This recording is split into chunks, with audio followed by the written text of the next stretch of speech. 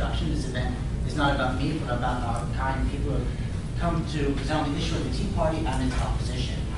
We have, I should begin with our representatives here, Lou Flanagan, who has a BA in History and English from Villanova University, 1960.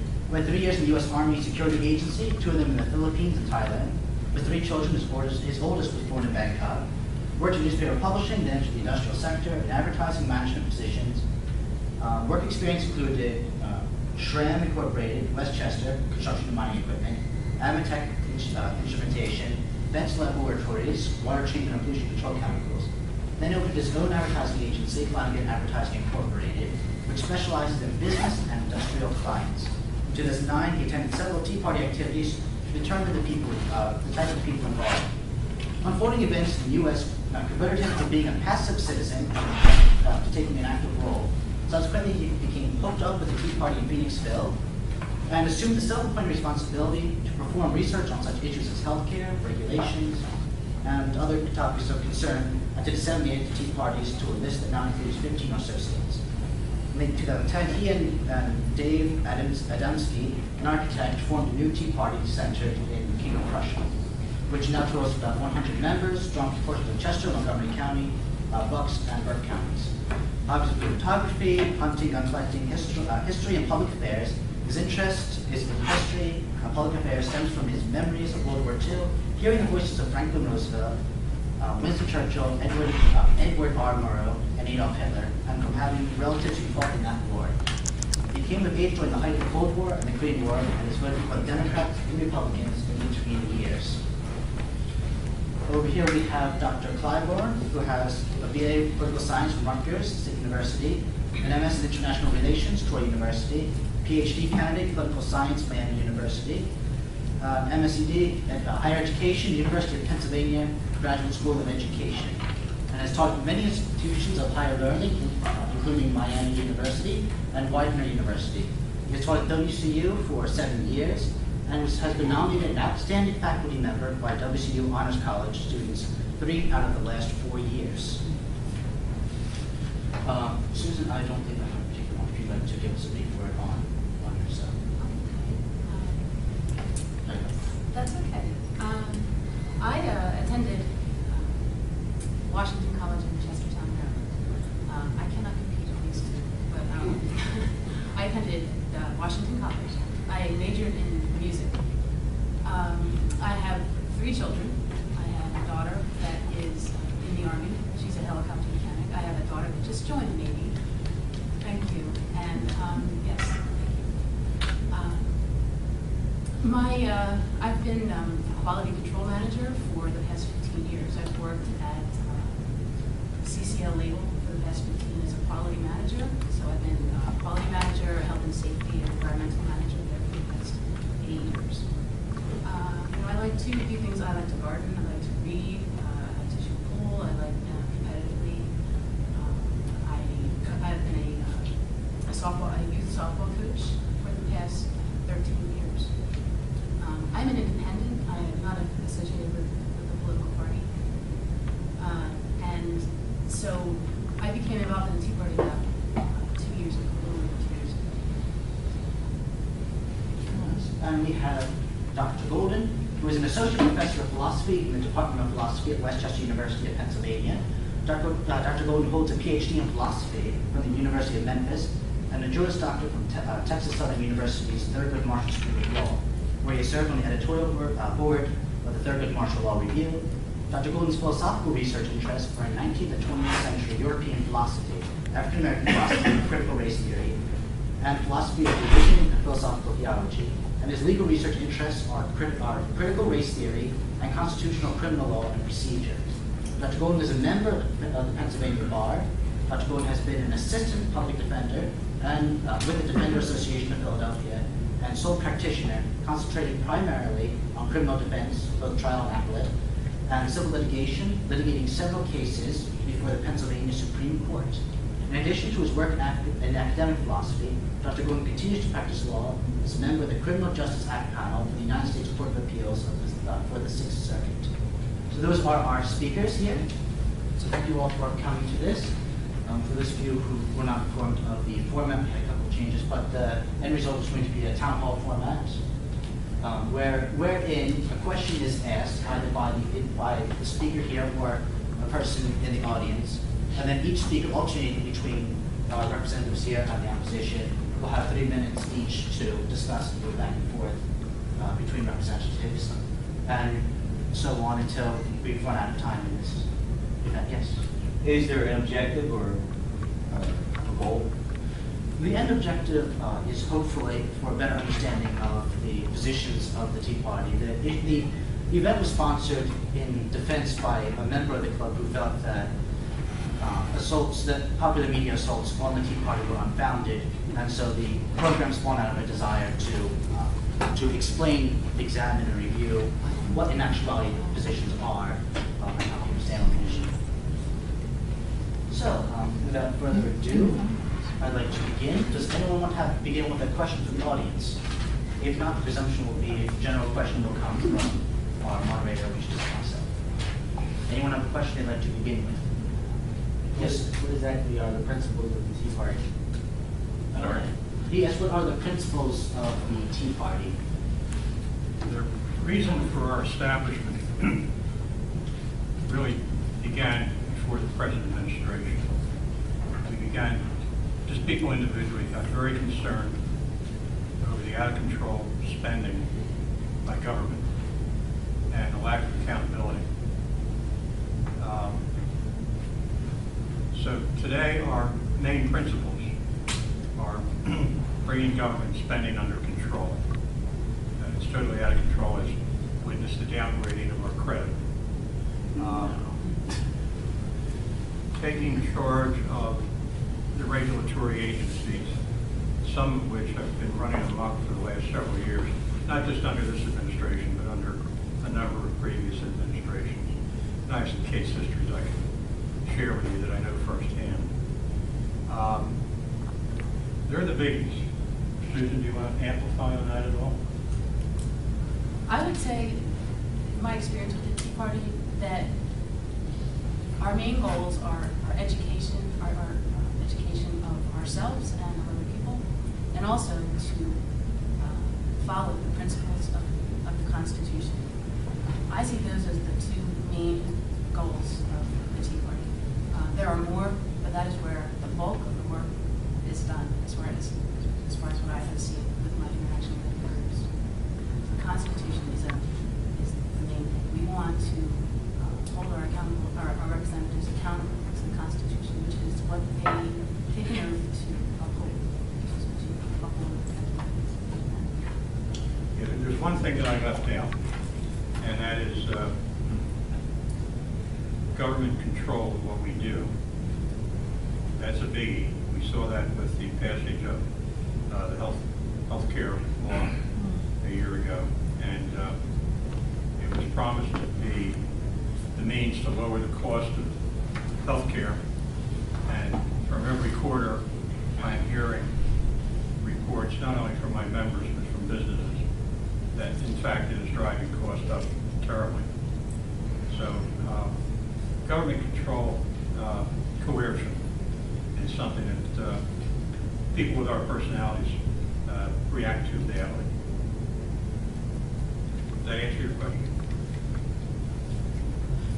Thank you. I just want to get straight. I didn't use a policy for alerting time restraints. Would anyone object? Would you, my fellow speakers, object if, when you're running with about 30 seconds left, I give a light tap, and then when you're out, I give a solid tap? That work? Okay. You have 30 seconds left if you want to add anything else.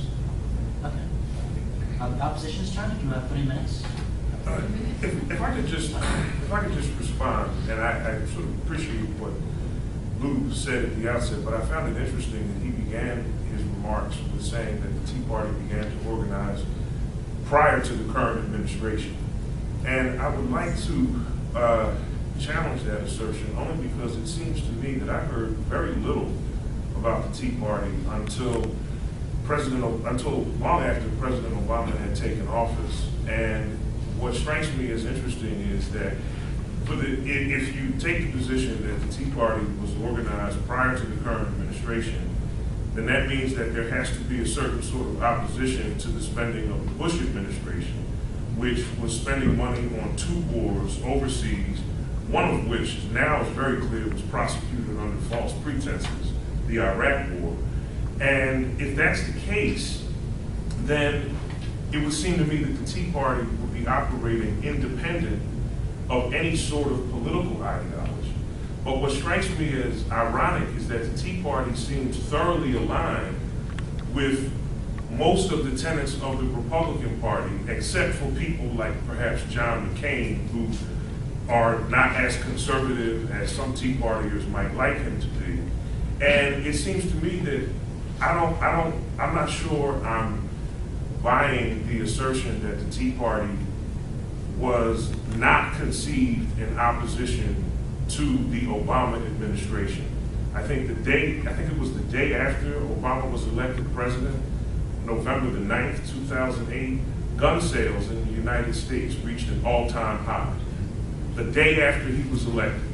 And the Tea Party is clearly associated with the movement that led to the McDonald Supreme Court decision, which declared the Second Amendment to be a fundamental right. And to me, there's a very disturbing notion underlying the radical Tea Partiers. This is not to suggest that every person in the Tea Party has this ideology.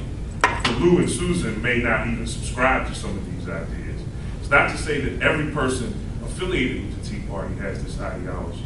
But there seems to me to be an undercurrent of a very disturbing sort of desire for a John Lockean type of revolution against government because they think government has gotten too big.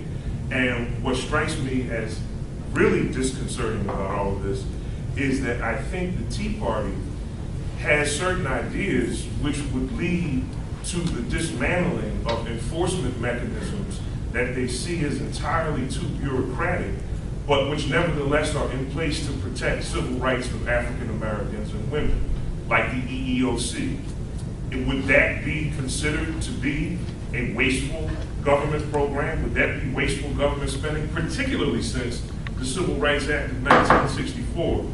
I'll stop right there, but thank you. Thank you. I didn't express it clearly, but express it clumsily. The motivation of the people that eventually coalesced into Tea Parties around the country. The motivation began to the seeds were planted over the last 2 years of Bush. Spending on no Child Left Behind, the medical, Prescription drugs. pharmaceutical bill. These things were appalling because they were not paid for. Right. Increasing our debt, your debt when you get the workforce, and your grandchildren's debt. We were appalled at that, but we had nowhere to go. There was no organization. It was only a chance remark by a TV person. He's not a TV person. He's a commodities exchange person, I think, out of Chicago. Rick Santilli was going on about the spending in Washington. And he made an offhanded comment that people should form a Tea Party and dump stuff into Lake Michigan. Well, evidently, people around the country heard that and they said, yeah, that's what we need to do. Individually, people from the East Coast to the West Coast started meeting in each other's homes and saying, what Santelli said we ought to do, we got to do. So that was really the motivation for it. And the first Tea Party meeting, Santelli made those remarks in February of 2009. And the Tea Parties got started pretty promptly after that. So that was the spark that ignited something that had really already been smoldering. Well, which was after Obama had taken office. 2009. Yes. Okay. Yeah, we knew he was coming. We saw what Charles John McCain was doing with his campaign, and we knew that there would be the Democratic Party would have every branch of government.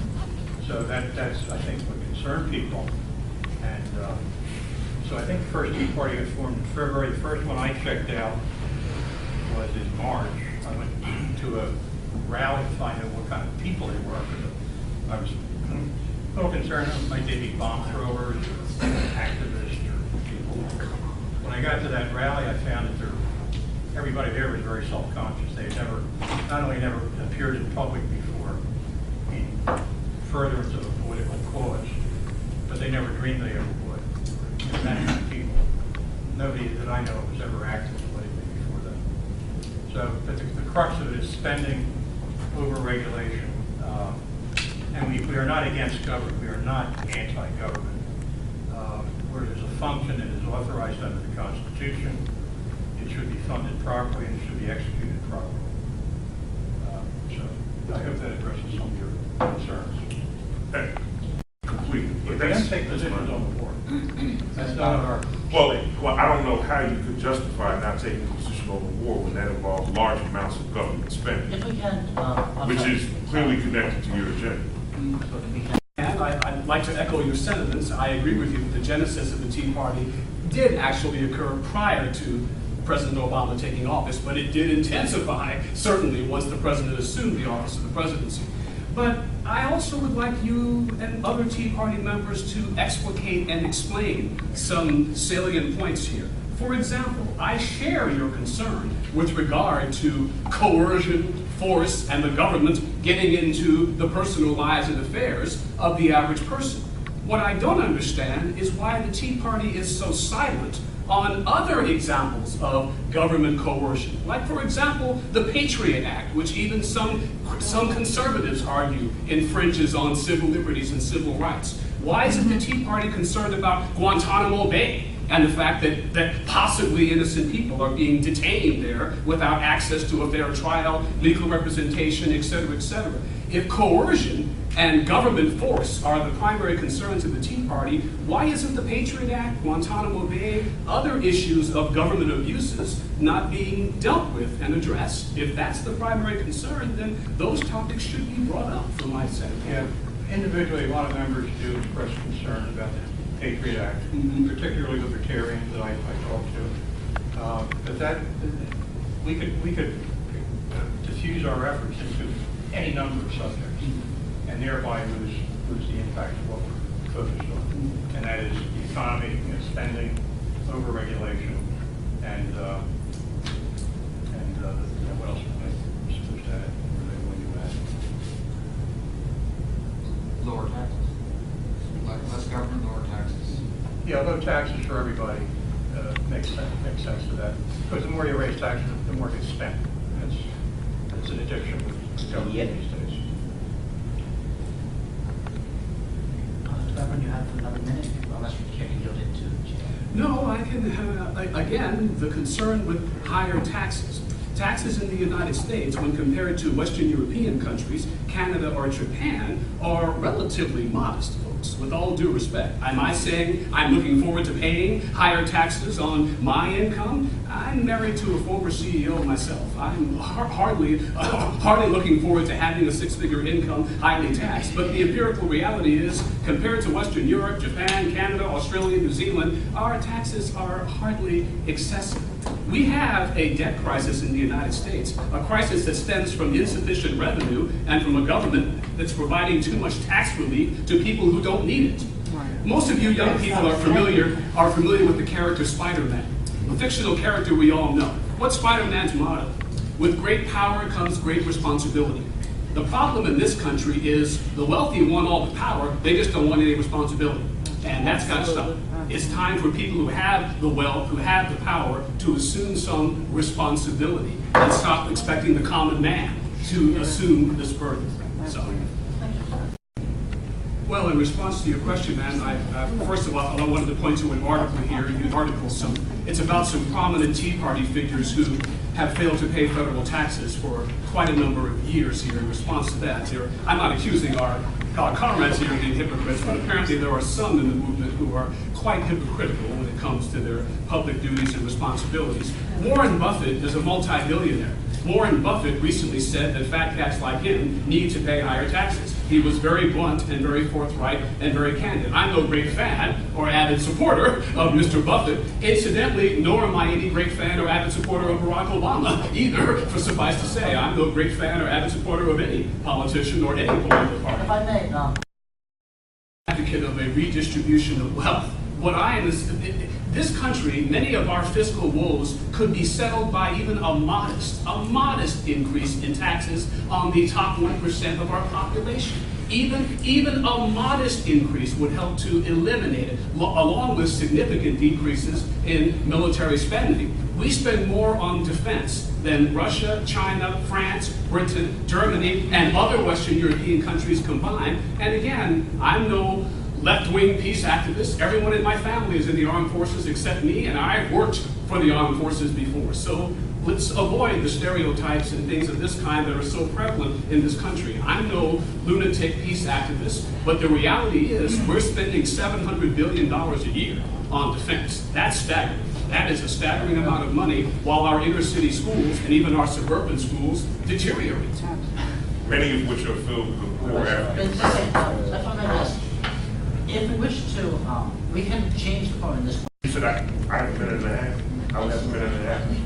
Okay, I would just like to complete what I was saying. This is what really interests me and fascinates me about Tea Party loyalists. There's a sense in which the Tea Party wants to keep government out of people's lives, particularly the lives of business owners, right? Small business owners, because it's small businesses that create jobs. But what disturbs me is that it's also small businesses who are responsible for the perpetuation of Jim Crow in the Deep South, when they were told by the federal government that they had to comply with federal law. They screamed out states' rights. They screamed out things like secession. And I'm sorry, but when I hear Rick Perry, presidential candidate, talk about seceding from the Union, I can't help but conjure up images of situations in which black people were told that they could not stay in hotels in Alabama and Mississippi, and when legislation came as a result of the Civil Rights Act of 1964, which said private businesses, you can't do that because your business affects interstate commerce. I want to know from the Tea Party loyalists how you square your position on small government with situations in which government is charged with the responsibility of telling private business owners who create jobs, supposedly, no, you can't discriminate. Does the Tea Party support federal legislation against discrimination against African Americans and women? That's what I would like to know, because it clearly interferes with the agenda and pockets of small businesses. I don't know why it was necessary to switch to racial topics when our thrust of the Tea Party is as stated. Lou, I'm sorry, but I was told that I was to defend the position that there are racist and sexist elements of the Tea Party. That's what the moderator told me I was here to do in opposition. That there were certain characterizations in the media that the Tea Party thought were unfair, and that I was to take the position that those characterizations and perception have some basis in reality. So let's just get it clear that I'm not bringing in something from left field. That's what I was told I was here to defend. Okay. Somebody was misinformed about the Tea Party. Okay, well then that's what I'd like to. I'm not saying that the Tea Party is, but I would like to hear. I'm not saying that. You are. No, I'm asking a question. And I want to hear a response. That's what I'm doing. Get back to the presentation. I remember the 1950s when bad things, really bad things, were happening, largely in the South. Not very well reported up here in the North. There was segregation up here. There was discrimination against blacks who could not join a union in Philadelphia. They were father's son, grandson jobs. No outsiders were allowed in. That probably could have included Irish people like me. But it was really focused, I think, on blacks. That will change with the civil rights legislation. Yeah. The Tea Parties today, we are in our particular Tea Parties in a group that are not many blacks. I've reached out to 2 black fellows to serve as advisors to our Tea Party. I wish they had more time to do it, but they both work. They work very hard. They work 6 to 8 weeks. And I think by the end of the day, they're free to shine. I run a business, and it's almost this Tea Party work like holding down 2 jobs. But the point is, if anybody in our Tea Party group, and I'm sure in the Phoenixville group, even breathed a racist remark, they would be promptly tossed out of the raft. Yes, and rightly so. We have no tolerance for that, anything like that. That's so alien to kind of the way we were brought up that I don't know if I can really get into your mind on this, but I know what kind of crap comes across from MSNBC and some of the print media, New York Times often, and some of the broadcast media. All I can say is it's crap. Well, Lou, and frankly, Lou, I know the kind of crap that comes across from Fox News, and what I'll tell you is this: I'm not leveling an accusation against you personally, but I'm very interested to know something like what makes Michelle Bachmann, who is a Tea Party darling, sign a pledge from a fringe wing of the Republican Party, the first clause of which says you were better off as a black child born into slavery in 1860 than you are in Obama's America. And then for her to say that she never read it, or she didn't read the pledge and she just signed it, that to me is indefensible. And that's not to suggest that every member of the Tea Party is racist, and I appreciate your response, but I still don't have an answer as to where the Tea Party stands on government regulations that prohibit racial discrimination that govern private businesses. We can. I don't believe in no government. There are lots of functions of government which are valid. If I may. Directed towards the Tea Party side, but anyone can chime in with it. Like, why do you feel, like, why do you think is the reason that it's a well-known fact that most people, about like very high 90% of the people in the Tea Party are of white origin, of Christian origin? Why do you feel that there's not a lot of diversity in the Tea Party? Well, we have our particular Tea Party has a member from Southeast Asia. We have a member from the Middle East, and we'd like to have black members. I say there's not many in our geography. Yes, But we'd have to kidnap them and get them in. I might do that. But why do you feel that less African Americans join? Because here it says that racial breakdown is 89% white, 1% black, 1% Asian, 6% other. I suppose that's Hispanic, 6% other. I'm not surprised by that because black Americans tend to vote for things that large government can deliver. Yep. Conservatives, like I don't regard myself as a Republican or a Democrat. I voted both ways elections over my lifetime. But black Americans in the Tea Party, like the two black fellows that are serving as advisors, they make their own way in life. Some do well, some don't. I think blacks this past election voted 90–95% for the Democrats. So it's tough to fight. It's just something they do. I'm sorry to interrupt you, but I would just like to address member here. If you survive, instead of interrupting the speech, let's put on waiting until the next break after both sides have spoken, and then since I've seen your hand here, I'll give you priority questions. But I'm not going to interrupt the process of the speech to just the questions, if you don't mind. Well, is it my turn now? You have another minute and a half left. Wish to continue, or Susan, if you wish to continue instead. Did I answer your question? In a way, I mean, I know that historically African Americans vote more liberal, but if the Tea Party claims that they're not really affiliated with one side, they're just people getting together, why do, if that's the case, then it shouldn't matter that most African Americans are liberal or vote Democrat, then Well, there should be we're not a party member. We are conservative by nature. We believe in private property. We don't believe in redistribution. I do believe that there is a Tea Party in this area. This morning you remember, but I think there is a Tea Party in this Philadelphia area that was formed by Democrats. Is that not correct? That is fully Democrat. Yeah, totally. Yes, so. Can I comment with something that is, I think, pertinent? About a year ago, they had a tea party at Independence Hall, and it was called the Unity Party. And they had, now don't start reacting. Breitbart was the main speaker, but they had the other, wait a minute, the other speakers, there were 13 speakers, 8 of them were black conservatives. I have never heard such wonderful speeches as these people spoke. And actually, a few of them did say something similar, and I'm not advocating what Michelle Bachmann said, but to what she said, they said that what happened was when all this welfare came in, it destroyed the black family. Okay, that's what many of them said.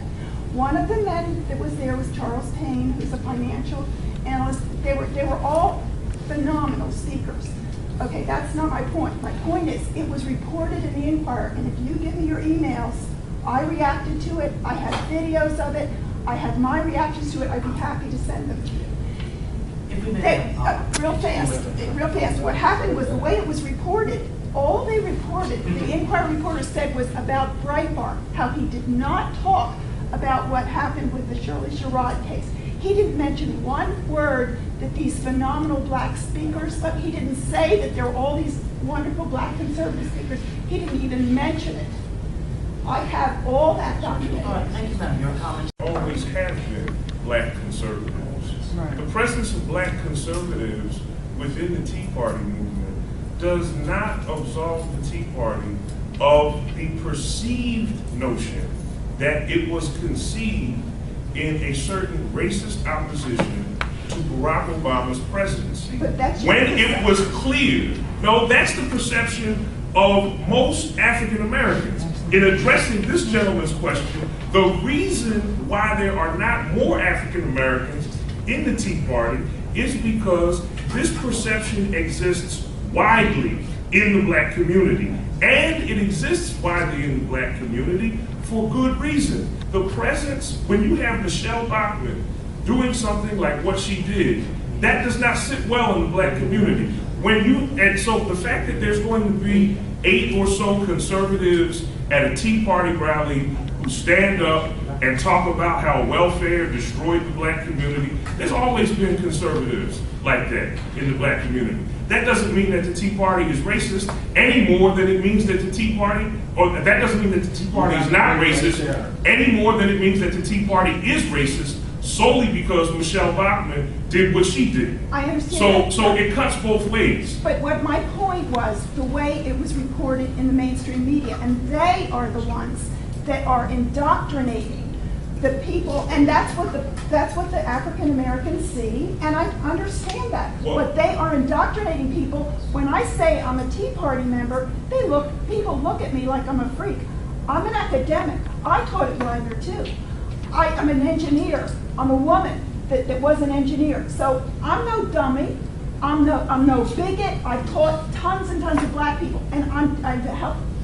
It really infuriates me and frustrates me. I'm not accusing individual members of being racist. That's not my position. Well, as most of the students present here know, most of the classes that I teach at this university and elsewhere deal with the subject of race relations, prejudice, discrimination, and stereotyping. And I think it's all important that we dispense with stereotypes. Right. For example, my friend here did not mean any offense when he said that most blacks support government programs and things of that kind, but I'm an African American and I wasn't aware that I supported government programs or government spending.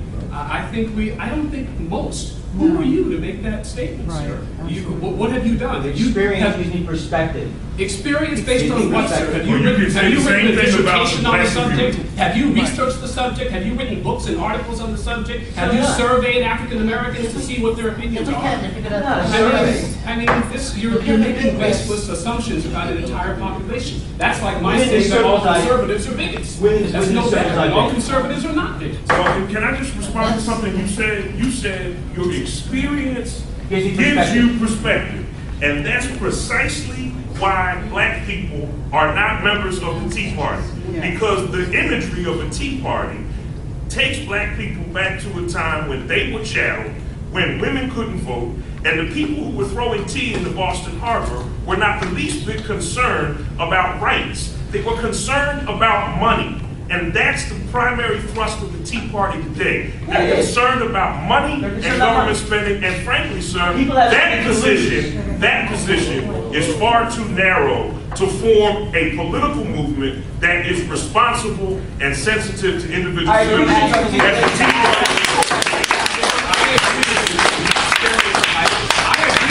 Not stereotype all conservatives or all Tea Party members, but we must not stereotype all members of the African American community, all liberals, all Democrats either. I think we all please need have to a bit grow. less, when one of the sides is speaking, if you could please not have people shouting out additions to the speaker. About each other and engage in a civil discourse one way or the other. But saying that all conservatives are narrow-minded bigots is just as bad as saying that all African Americans support government programs or that most African Americans support government programs. That's poppycock. That's nonsense. It's stereotype. Well, I want to address something that you said. You wanted to know why is it that you only have a certain amount, a limited amount of blacks in the That Tea wasn't my Party? question. My question was, why do they think that black people or minorities don't join?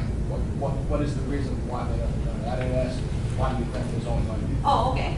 You rephrase it, that's fine. Here's what happens. The reality is, America is still, the greater percentage is still white America. That's why you'll see more white people at a Tea Party than you will at any political gathering. But that goes for all across the board. That is nothing racist.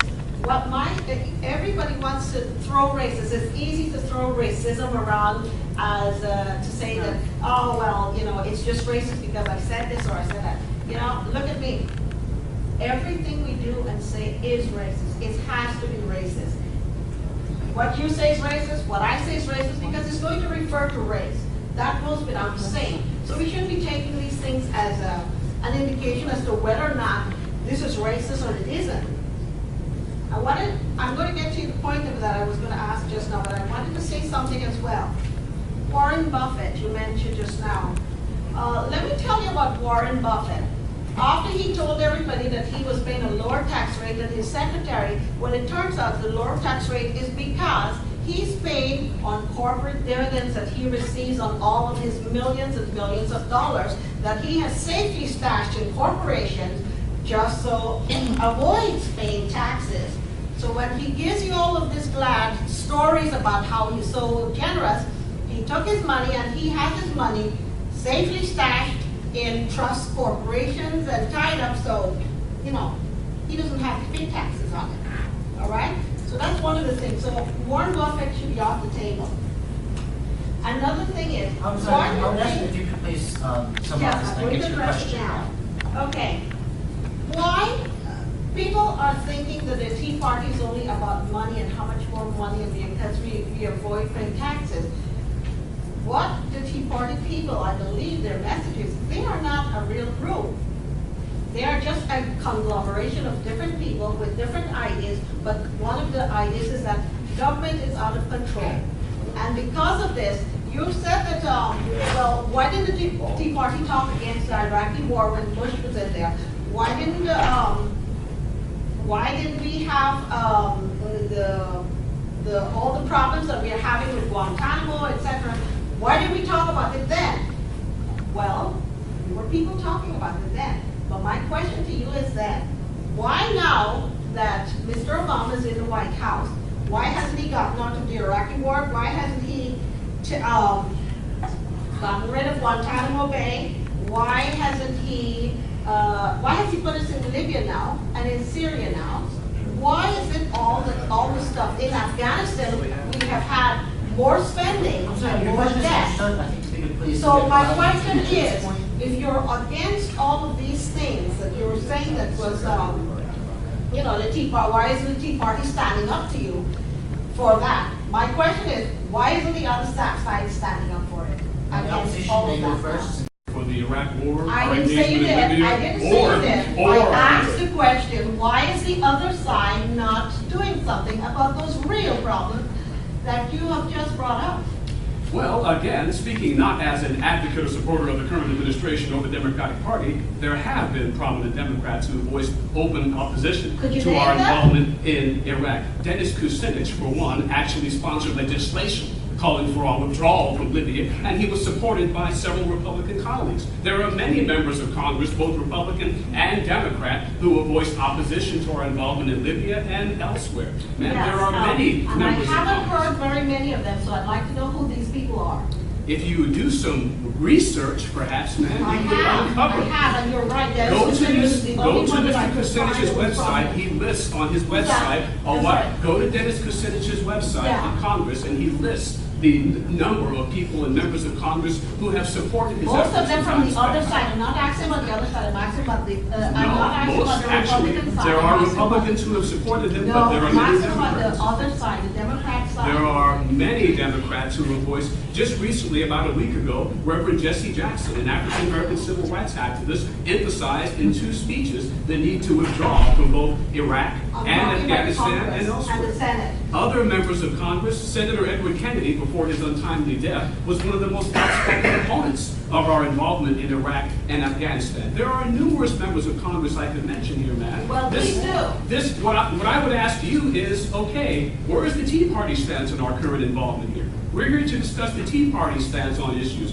Yeah. What is the Tea Party stance on our involvement in Afghanistan, Iraq, and elsewhere? Does the Tea Party The Tea Party advocate is not our a political full-scale? party, so they don't have influence on that. If the Tea Party is not a political party, why is there What? presence in Congress? That's The Tea Party, fine. why is there a Tea Party caucus in Congress? Why are there Tea Party candidates running for the presidency if they are not? If it's it's not not- It's not a party.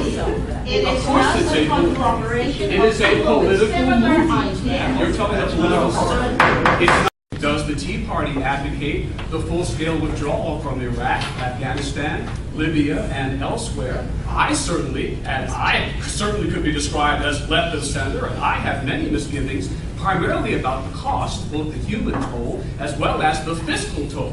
I don't understand how someone can voice concern about our government spending and our fiscal deficit and then not voice concern about our expensive. Afghanistan costs us $12 billion a month at the moment. $12 billion a month we are spending You're on assuming an that we overseas are not campaign. against that, and that's. Well, that's what I'm asking. I'm asking your representatives here to explain. Do you propose or advocate our withdrawing and curbing our spending on these costly overseas engagements that have cost us thousands of lives and billions of dollars? Thank you, Roger. As I mentioned before, I am an independent. I'm not associated with a political party.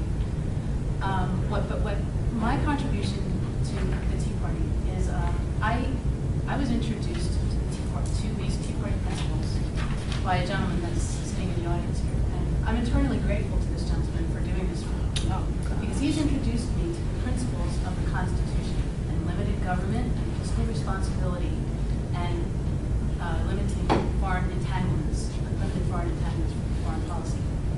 I found something, Dick, he's sitting back there in the blue shirt, but he has introduced me to something called the Freedom Index. And the Freedom Index is, evaluates our congressmen's voting records based on constitutionality. And I found that this is the best tool to be able to answer some of these questions. So when you talk about what the position of the Tea Party is, and I mentioned that we feel that the Constitution, what we are trying to do is to hold our representatives accountable to the Constitution, to their voting records being based on the U.S. Constitution. This, and it's very interesting, and I have some copies if anyone would like to take a look at it. But what this index does is it evaluates the bills that are in Congress, the bills that are being voted on. Now, there are many, many, many bills. So they take 10 of the most important bills in a 6-month period, and they evaluate these bills, and they talk about the costs that are associated with these bills. And they talk about whether the bill is constitutional or not, based on these constitutional principles. And they rate the congressman based on this. They look at the clause as the simple thing of yes, constitutional or unconstitutional. And I would encourage people to look at these, because this is the way. This is where you can tell what the Tea Party positions are. This is one of the best tools that I have found, and I talk about this, and I talk to people about this, about looking at your representatives. I mean, people have different opinions all through the Tea Party. They're not all going to be the same, or you're not. I don't think you're going to get one answer, with the exception of we want to hold our representatives accountable to the Constitution. What I've done, my contribution to the Tea Party is creating report cards to try to get people to look at their representatives' voting records. 10 years ago, I would have been hard pressed to tell you who my congressman was, really. Now, I have done a complete 180 in this regard, as far as politics and history and things like that, because I think that this is one of the most important things that we can do as citizens, is to follow what our representatives are doing. And really, each citizen really needs to follow three: your representative and your two senators of your state.